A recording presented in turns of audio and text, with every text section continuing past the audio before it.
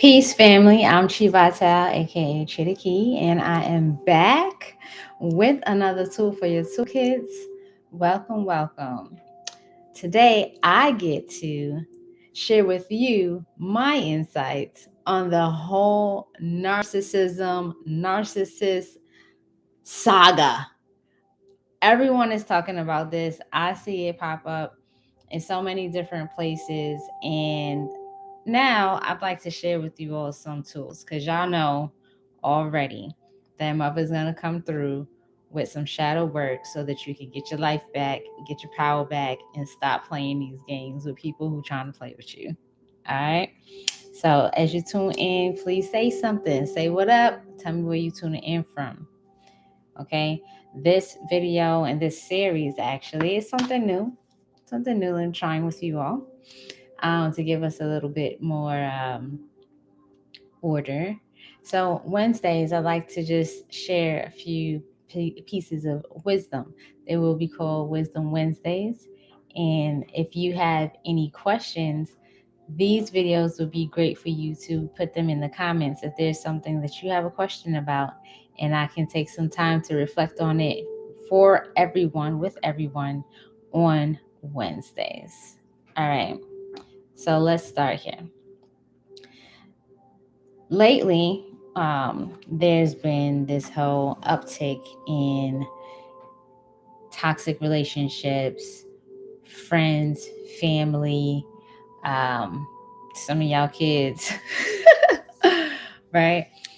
And it's all about this title of narcissism. Like, people like assume that the individual who I guess gets away with, it seems like they're the villain.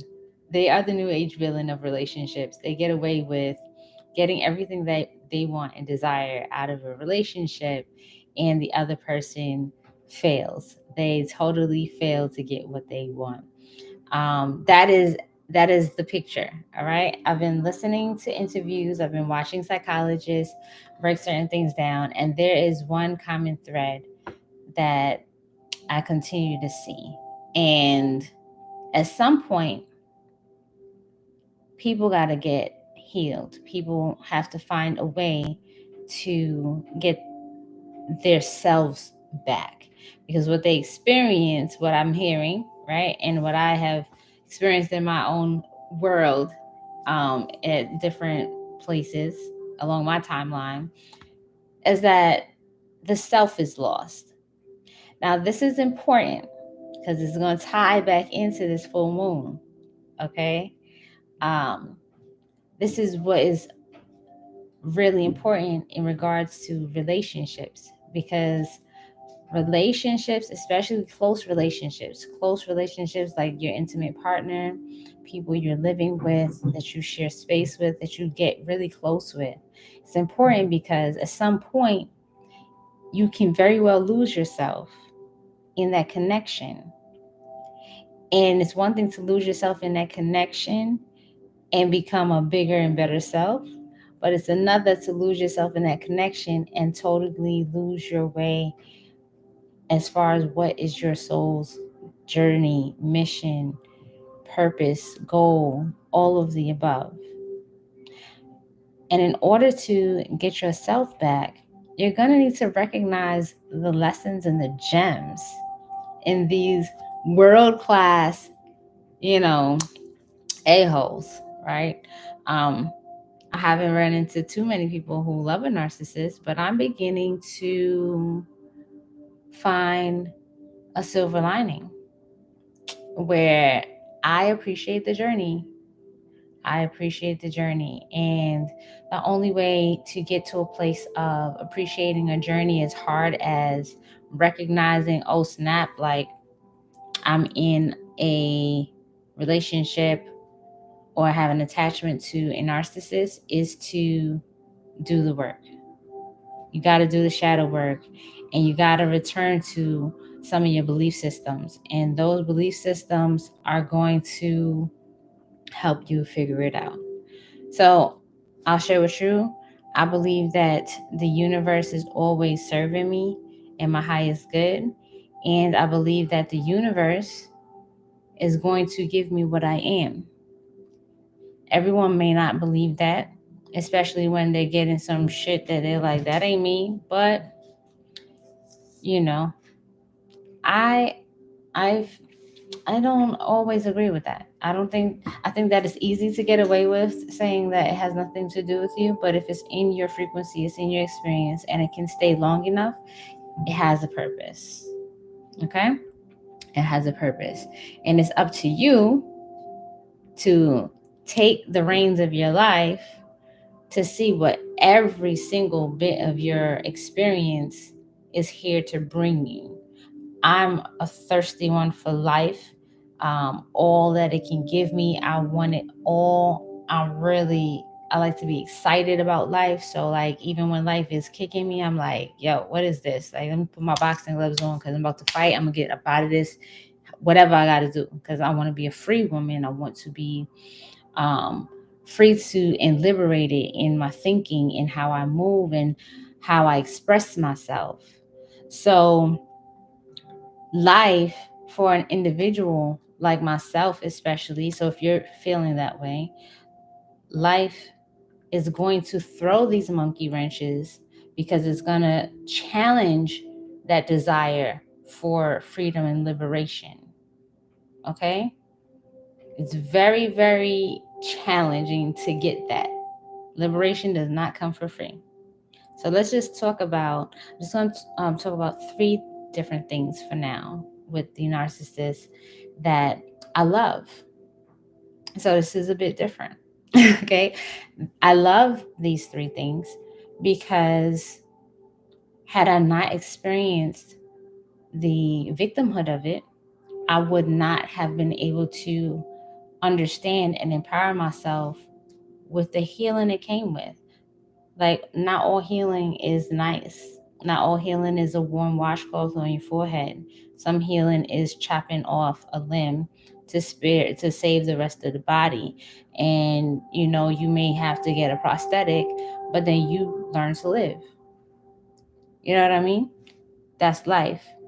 And so while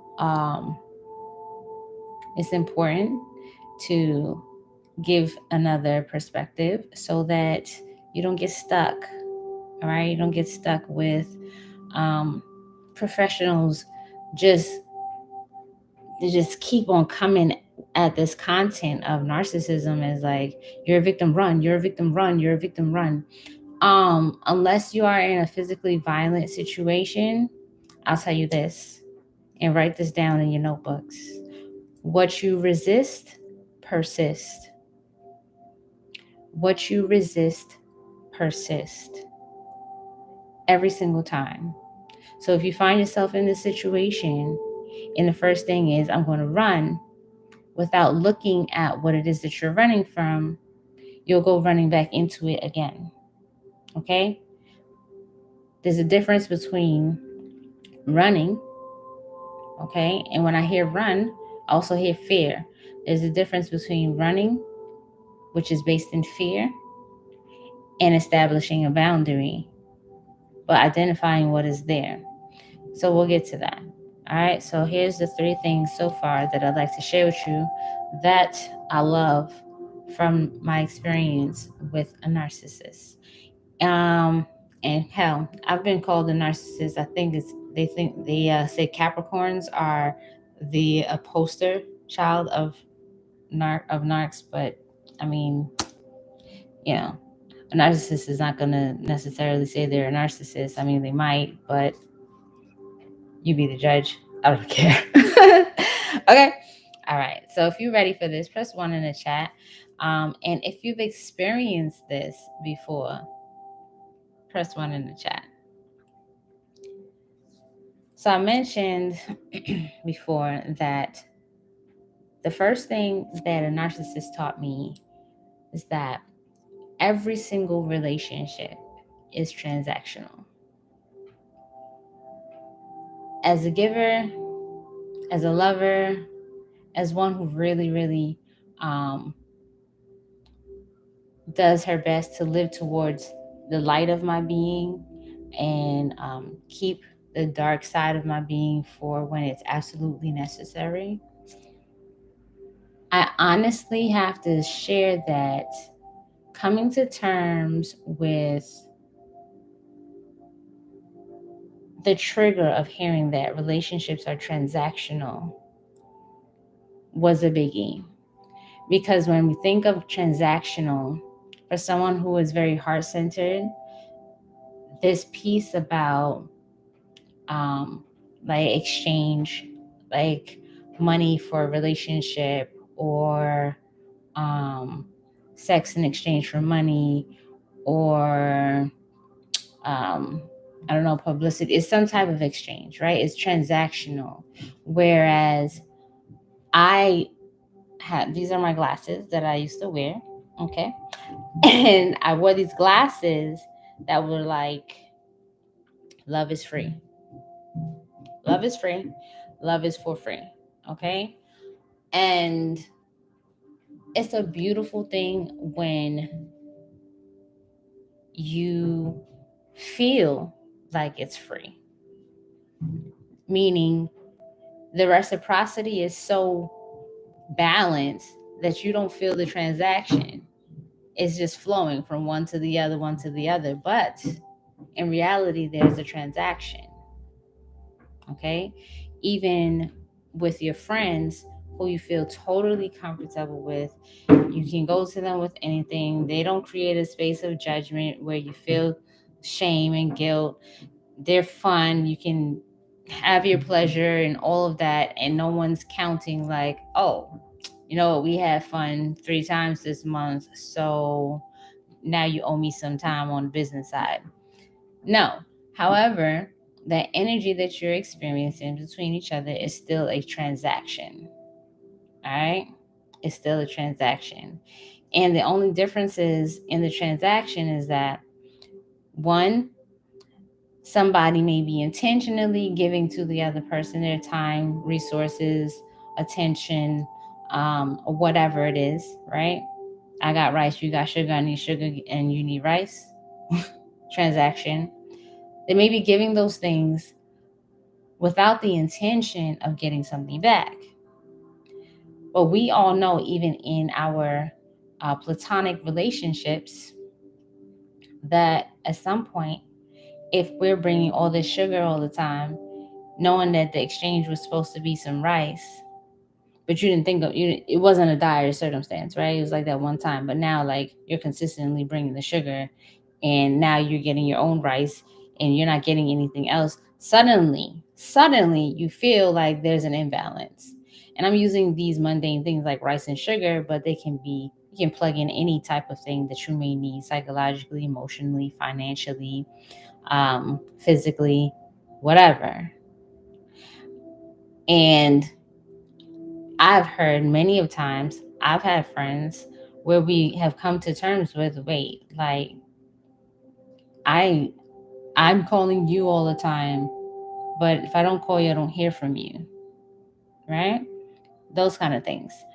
Um, or I'm doing all of these events and you're not showing up to support my events, but when you're doing something, I'm showing up and I'm supporting your stuff. See, even in platonic relationships, there's the same type of, there's a transaction. There's some type of exchange happening, and it's just because there's an absence of mindfulness in those transactions that we don't realize that every single relationship is transactional. And some of the giving is because you want to get something in return and you're aware of it. Some of the giving is because eventually you figure your giving is going to bring forth some type of harvest that you can get later on, and you may not be aware of that. And sometimes that real giving for free is still a transaction, because the person that is experiencing such an abundance that they want to give and they don't need anything in return, they don't want anything in return, having a place to give provides that person with the energy of feeling like they're in abundance. They're feeling their kindness. They're feeling their generosity. If they had nowhere to give, then they would start to feel the energy of stagnancy and hoarding, because there would be nowhere purposeful for them to give to. And people, even in their abundance, when they start to give, they still are not just giving in a sense of whatever. There's still this, I want to perform this act of kindness. They have a desire, and still it's a transaction. Press 1 if y'all feel me.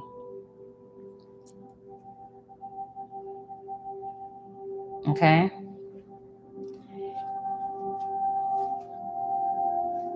What'd you say, Kira? I have definitely made that error in operating out of unconditional love. It would be imbalanced and depleting eventually. Yeah, so that thing about unconditional love is part of my glasses that I used to wear. Okay.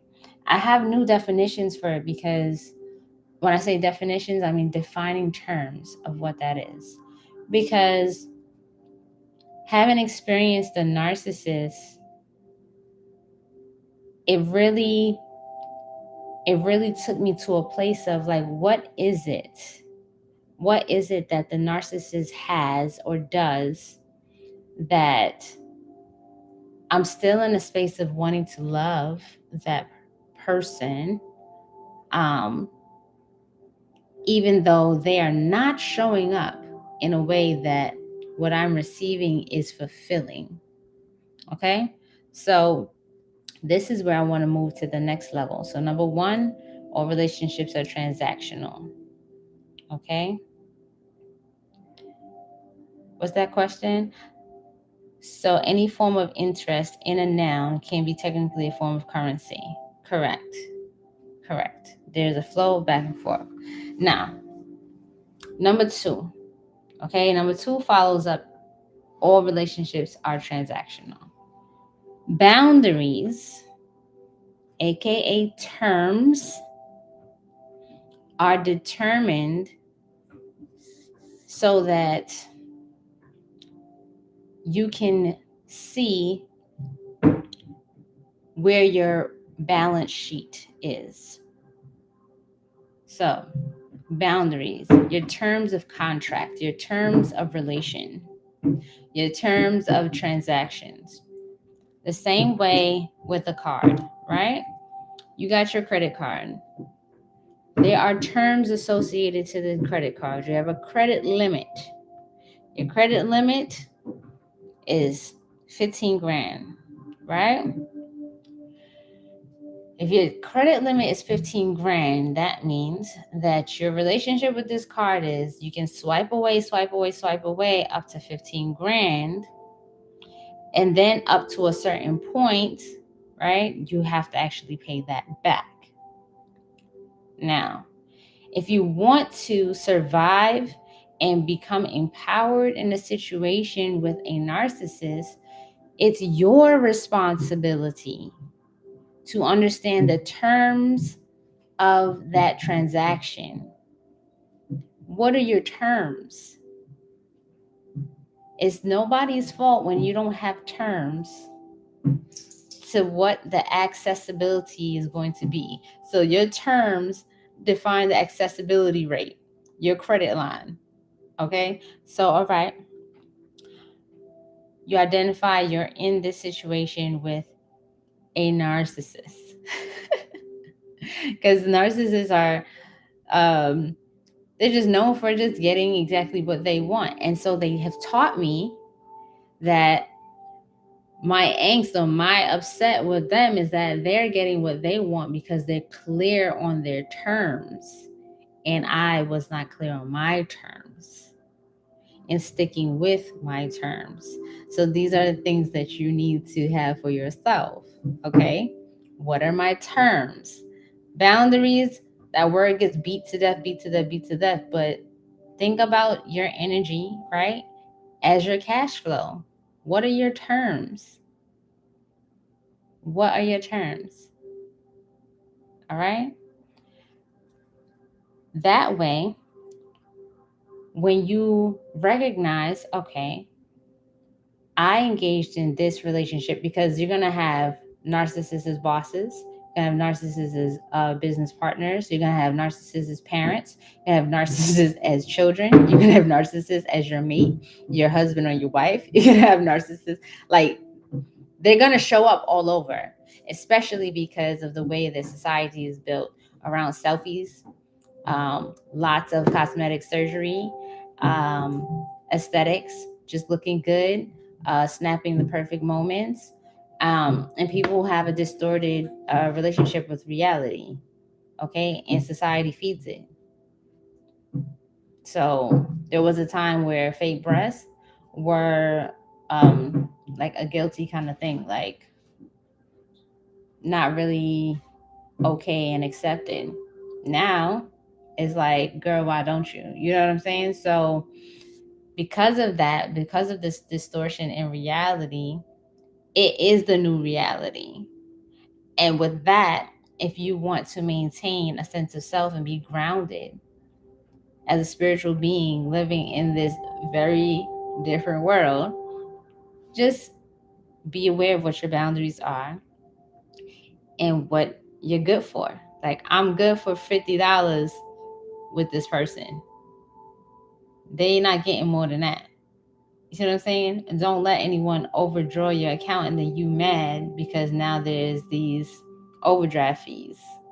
That's your responsibility. So this is like, and this is what a narcissist will tell you, right? Like, oh, you're mad at me, but that's your fault. So instead of waiting for someone to tell you that something is your fault, because I also don't believe in victim blaming and shaming, I don't like that at all.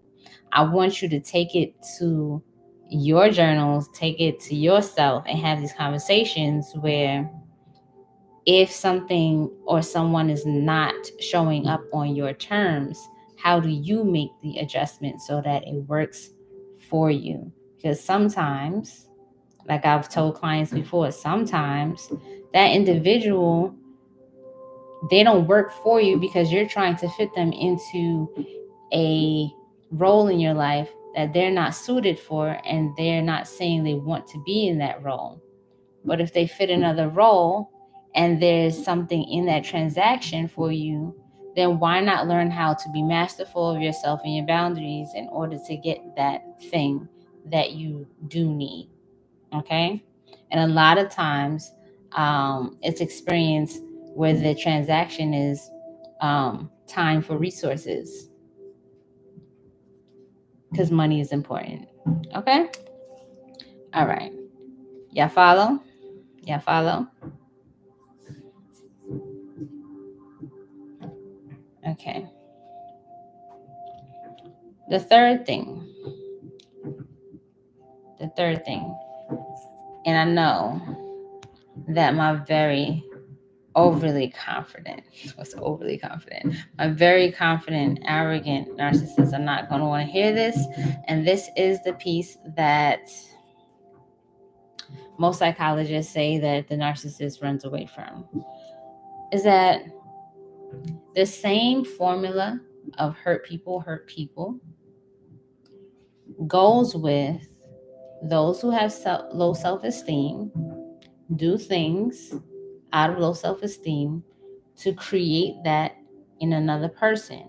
They project the low self-esteem onto the person, or they do things to manipulate an individual who they deem may be more confident than they are.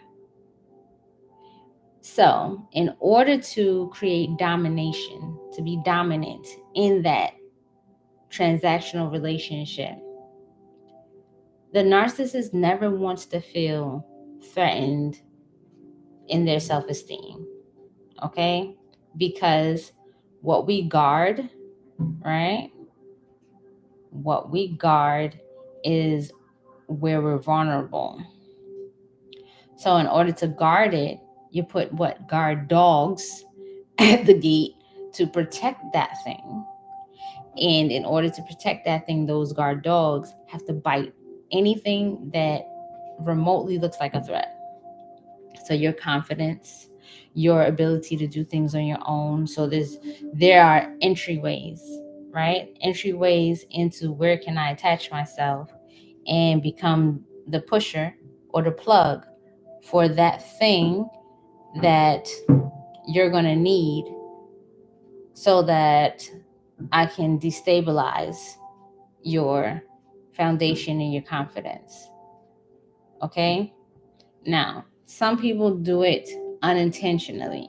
Some people are a different level, and it's not just a matter of because there's all these different types of narcissists. It's not just narcissism. There's other, you know what I'm saying? There's a psychopath, sociopath. That's different. Like there are people who literally intentionally manipulate people however they need to for their own good. But at this level, okay, you got to consider, like, if you have to put yourself in their shoes. If I come into a situation and I meet someone that I'm attracted to, first and foremost, we're always attracted to a bigger light.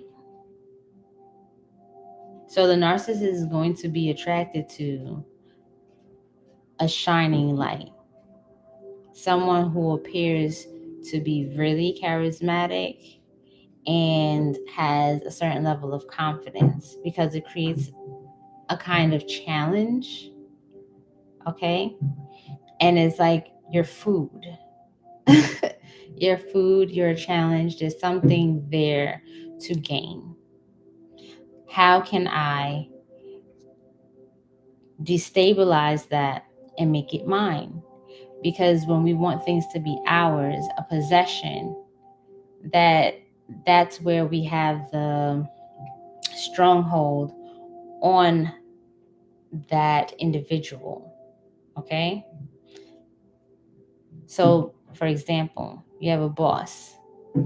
Your boss hires you. They of course want to hire the best. Okay? They want to hire the best. The best of the best. But because they've hired the best of the best, they have to maintain their role as the boss.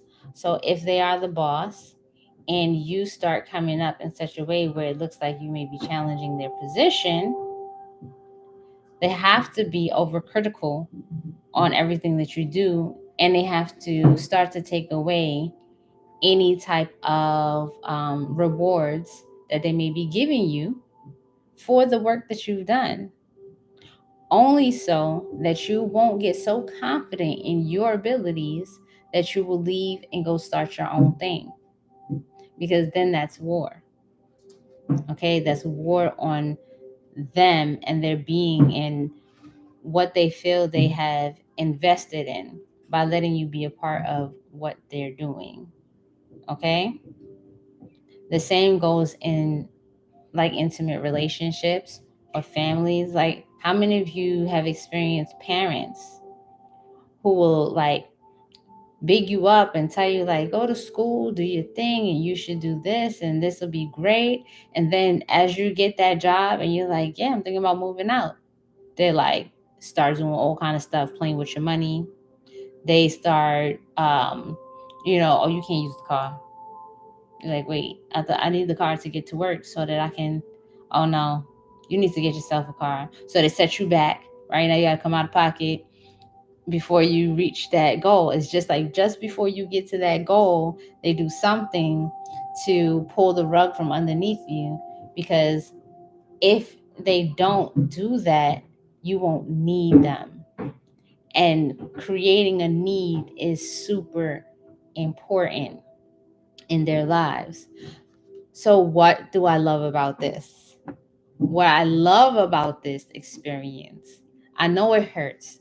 I'm not telling you because I haven't experienced it. But what I love about this is that this is the part where you can see and experience the dark side of the human being, and where it really helps us to thrive in life. Because every time they do stuff like that, and you reflect and go, okay, well, what position have I placed myself in? that I am so easily affected by this narcissistic game.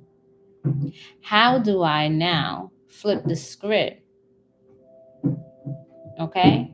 How do I flip the script so that I can be successful and establish a foundation outside of the grasp of this power, this other power that is trying to maintain this need in this relationship? Okay? I love it. I love it because it really, really pushes. It is like, we talk about people all the time, right? But think about the welfare system, okay? Now, I remember back in the day, I had a food stamp card, and food stamps was the bomb, okay? Because your girl loves to eat and loves to eat good groceries and all that. So a food stamp card was like, whoo, fantastic. But it's always just enough, but not everything you need. And so there is a creation of necessity to continue to show up, to report in, to give information about your personal whereabouts, to, go for the programs that are deemed okay under this system. You can buy this, but you can't buy that. And suddenly, right, in a very subtle way, you lose the creativity of standing on your own 2 feet. What will it take for you to stand on your own 2 feet? What will it take for you to learn how to create another stream of abundance so that you can eat the way that you want to eat, and you don't have to fill out paperwork? You don't have to answer to someone. You see what I'm saying? So at some point, you have to realize that it's transactional, and where are your boundaries for that exchange? Because if not, then you lean on it too hard and you get complacent and you complain, but you don't move. And it is a slow, it's a slow roast. It's a slow roast. All right. So it's fine. You go from victim to being the villain. You go from victim to being the villain to being free of it all. Because you have to play the other side and understand, what is this teaching me about myself? Now, for those of you who are really fans of the dark sciences, these types of situations are the platform, the classroom for empowerment and power of will. So for people who are just looking for a cakewalk in life, good luck to you all. I've been a very kind person my whole life. And I will tell you that regardless of such, there have been some really, really, really nasty things done to me, really, really, really nasty things said about me. And if it were not for the school of the hard knocks, I would not have been able to understand or wrap my mind around how to navigate out of these types of situations that leave one feeling like a bag of crap, knowing that there's more to life.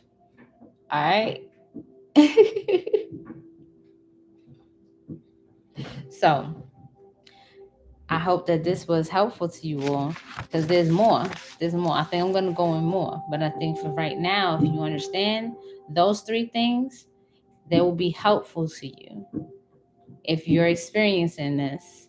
And don't accept being a victim as the answer, because there's a whole lot of places you can go to that are going to accept that victimhood for you. They will tell you it's not your fault. You know, you need to get away from that bad person. They're playing games with you, and you know, someone's gonna love you right.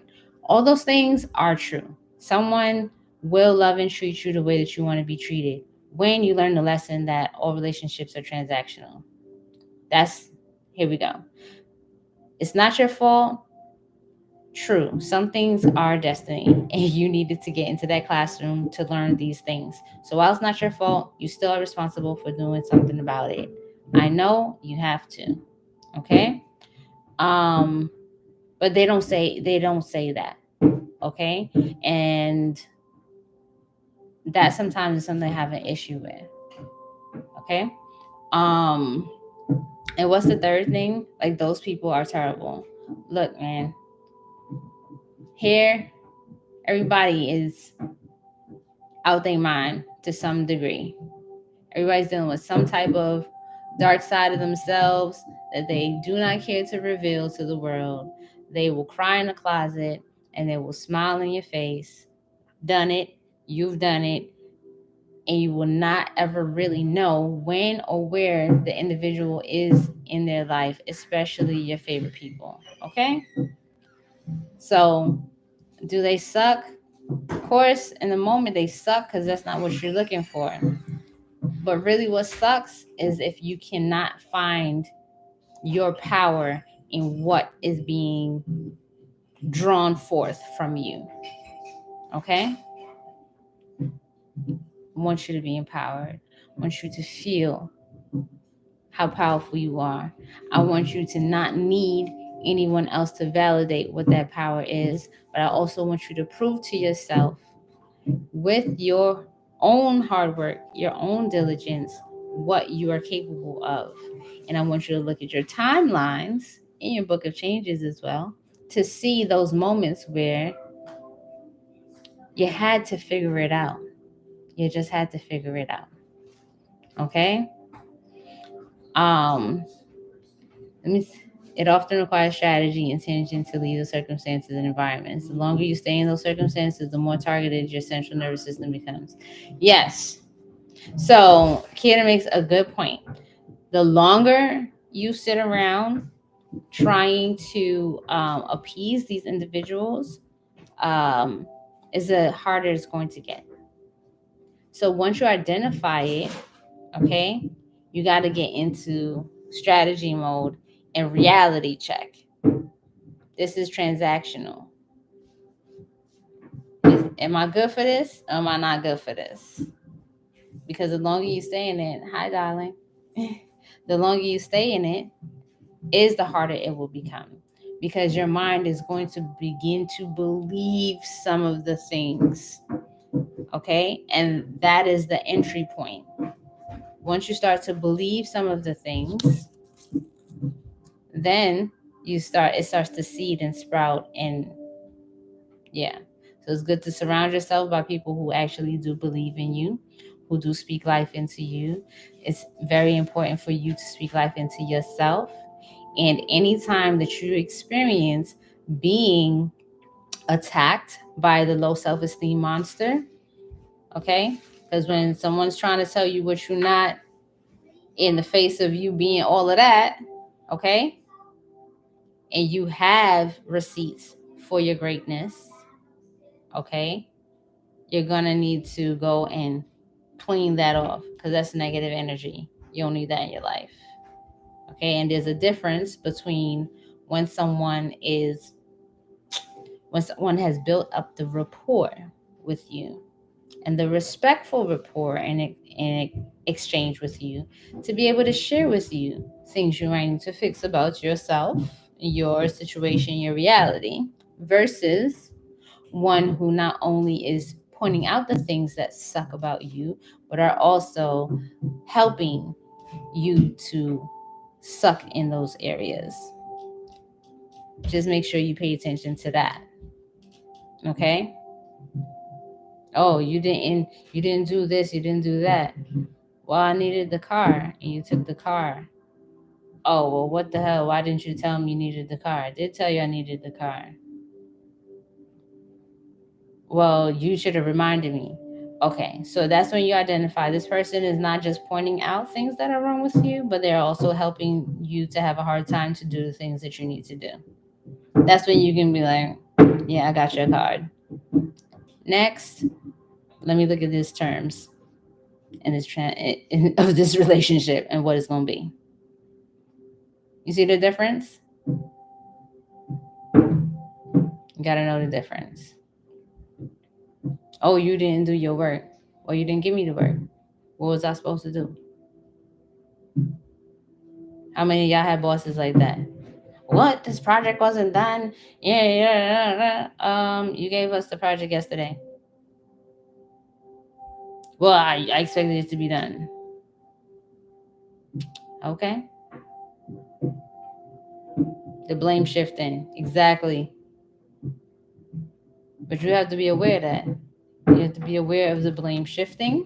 And then you gotta be like, all right, so am I up for this challenge? Do I want to be that person that wants to stay up till 4 o'clock in the morning to finish a project that my boss gave me a few hours ago because they didn't have the consideration of time and life balance, homework life balance of what was required? Sometimes you want to. Sometimes you want to go see what you're made of. But when you want to, then you go into it a different attitude, and nobody can take advantage of you in that position. And if they think they're taking advantage of you, you have to know, good luck with that. I'm just getting my weight up. Okay? That's the difference. And it's all in your mind. And I will tell you, if you need reminders, you need to have your playlist. You need to understand, like,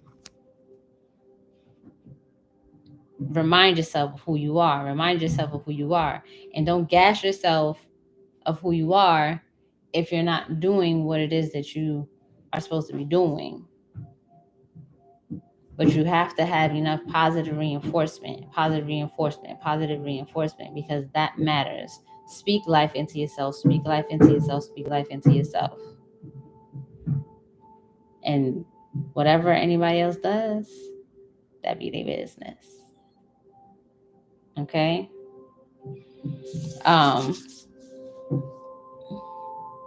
They are always actively trying to create an urgent and hostile environment, looking for flaws and errors. So the thing is, in the urgent and hostile environment, let's speak to that. Urgent, hostile environments, the whole like, there's no emergency really but an emergency. However, this individual might always create a situation that feels like an emergency because it gets the adrenaline going, okay? And nobody thinks straight when there seems to be all this pressure to do and be something when there's an emergency or there's a big blow up. So like the tantrums, there's really big and huge and like exaggeration and all of that. You might be looking at an adult, but you might need to shift your mind to looking at them as a toddler, which will help calm you down. Because if you're a parent like I am, tantrums don't faze me. You playing yourself. I'm just gonna look at you, hurt yourself, be loud, be crazy, and we're gonna have to make a decision when you calm down. Okay? But that's one of the things, okay? Let me shake you up a little bit. What else? Blame shifting, a little side deflection. Being a boss is hard being, having to challenge myself for sure.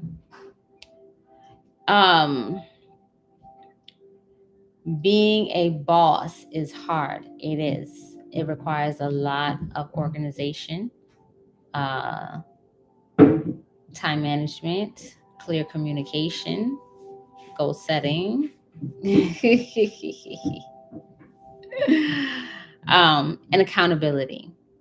Okay, so like Davey brings us to, what up, Kendra? Accountability of self is something a lot of adults lack, and it's sad to discover it in the thick of things. Yeah, I mean, because accountability is a threat. in this society. We're not allowed to show that we've made mistakes. We're not allowed to show that we're not robots. Okay? So, a lot of people, when they hear the word accountability, it means I have to admit that I could have done better, or I could have done something wrong, or I have another feeling other than, what's being expected of me. And with the pressure of everybody's unhealthy expectations, all right, where everyone's being real, but they're not being real, accountability gets scary. You know what I'm saying? So, the only real way to experience accountability that I'm aware of are to have circles of people that you trust. Because society, I would say more and more people have not yet learned what to do with accountability, if that makes sense. Does that make sense to you? Like, you and me might be able to sit and talk and be like, all right, yeah, I was supposed to hit these specific things on my goals list, and I missed this one. And like, I'm feeling like, I'm on myself about it. Right? A healthy, well-rounded individual will be like, all right, so let's look at what you needed to adjust in order to get that done. Like, let's push forward. A person who is not balanced and may see that as an entryway to beat you up over and over and over about it, to the point where you no longer even feel like you got the gas to do it. So, accountability to who? Accountability needs to be given to those who are worthy of your accountability outside of yourself. And that's how I just feel now. My opinion might change in the future when I come across more individuals who can hold space for accountability. But the one person that needs to be accountable, or who you need to be accountable to, is yourself. Yourself. According to my values, if I care about an individual, then I will be accountable to myself, and I will express my accountability through clear communication with either an apology or a renegotiation of whatever it is that needed to be exchanged.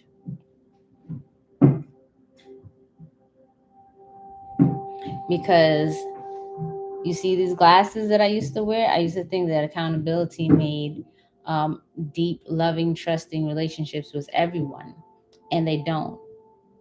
Accountability, open accountability, and being that honest and open have been some of the means of which people have used to try to attack me, which really sucks, but 'tis life. Carry on. You know what I mean?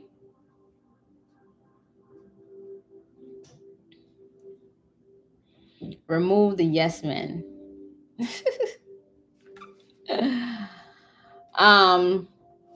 You need yes men in certain situations, and in others not.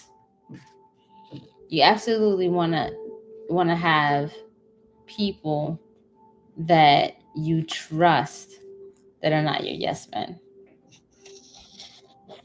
Okay? But I wouldn't trust the yes man. I don't. No.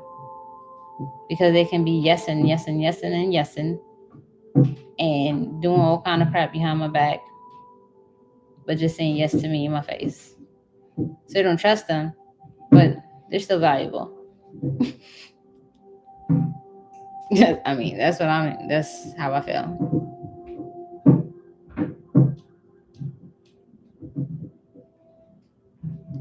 a knuckle sandwich. Send them adults to bed with no yummy in their tummy.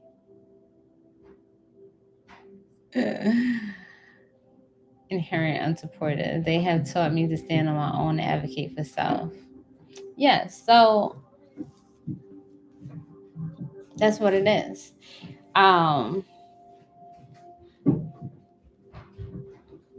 Oh, jazz, man, that really touches my heart. Really touches my heart.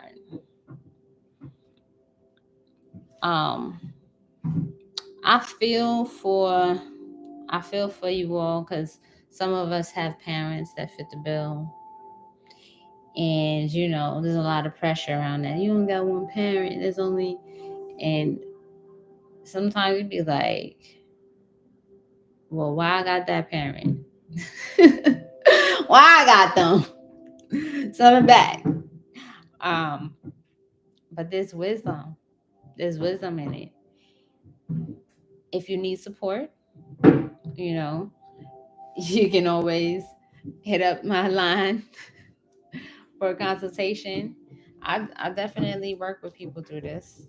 And it's the most fulfilling because I know the good, the bad, the ugly, the sad, the retarded, those feelings that come along. Because some of what I'm saying, you probably like, I know, but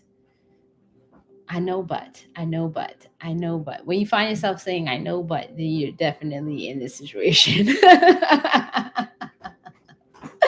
I know but because the psychological farts there that get put in your head are just crazy. It's genius. I think that we'll all be okay though. And but let's work on those three things. And like I said before, if you want to really dig deeper into how to get out of the victimhood of the narcissist relationship. I don't want to call it the toxic relationship because that's very general. There's so many different levels of toxicity. All right. But if you want to do some work around that, then hit me up. Okay. So that's it for now. We got some things coming for you. Talk to you about it later. It's Wisdom Wednesdays. I hope that this little wisdom chat with you was pleasant. If you want more Wisdom Wednesdays, say, give us wisdom. Give us wisdom, mother. All right. Peace, love, and bliss. I'm done.